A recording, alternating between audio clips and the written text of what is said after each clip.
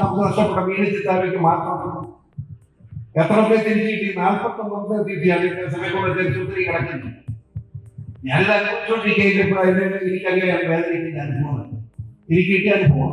ഞാൻ എനിക്ക് കിടക്കുന്നില്ല. പക്ഷെ നിങ്ങളോട് എനിക്ക് പറയാറുണ്ട്, സാറന്മാരെ മാത്രം സ്കൂളിൽ പഠിപ്പിച്ചിട്ട് പിള്ളേരെ ഒന്നും പേടിപ്പിച്ചാലും നടക്കില്ല. സാറന്മാർ അവരുടെ കുടുംബത്തിൽ അവരുടെ ഭാര്യയും മക്കളുമായി ചർച്ച ചെയ്യുന്നു. ഈ മദ്യത്തിന് മയക്കുമരുന്നിനെതിരെ പോരാടുക, അതോടൊപ്പം ലൗകിക നിങ്ങളുടെ മനസ്സ്. പിന്നെ വേറൊരു വലിയ കാര്യം പറയാതിരിക്കാൻ പറ്റില്ലെന്ന്, ഈ ക്രിസ്ത്യാനിക്ക് ഒരു 25-30 പറഞ്ഞാലും ഇന്നലെ ഒരു കൊച്ചുകൂടി വയസ്സ് 25 ഇന്നലെ ആ 9:30 പോയത് അഭികൊണ്ടിരിക്കുക.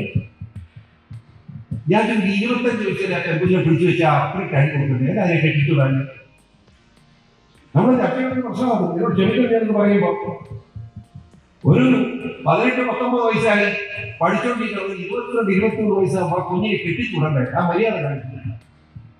25 വയസ്സാകുമ്പോൾ എനിക്ക് തോന്നുന്ന പെണ്ണുങ്ങളെ കാണുമ്പോൾ സന്തോഷം, ആ ഒരു പെൺകുച്ചിനെ ആളുകളെ കാണുമ്പോൾ സന്തോഷം തോന്നുന്നില്ല.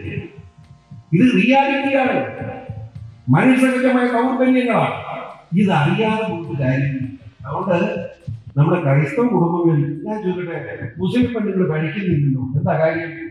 18 തയ്യലുകൾ പിടിച്ച് കിട്ടിക്കുക. നമ്മളോ ഒരു 28-29 ആയാലും പല ശമ്പളം കിട്ടുവാനും കെട്ടിക്കില്ല.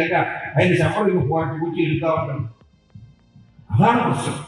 നിങ്ങൾ അതുകൊണ്ട് ചെയ്യേണ്ടത് ക്രിസ്ത്യാനികൾ നിർബന്ധമായ ഒരു 24 വയസ്സിനകം ഒരു പെൺകുട്ടിയോട് കല്യാണം കഴിഞ്ഞിട്ട് പഠിച്ചോട്ട് കുഴപ്പമില്ല.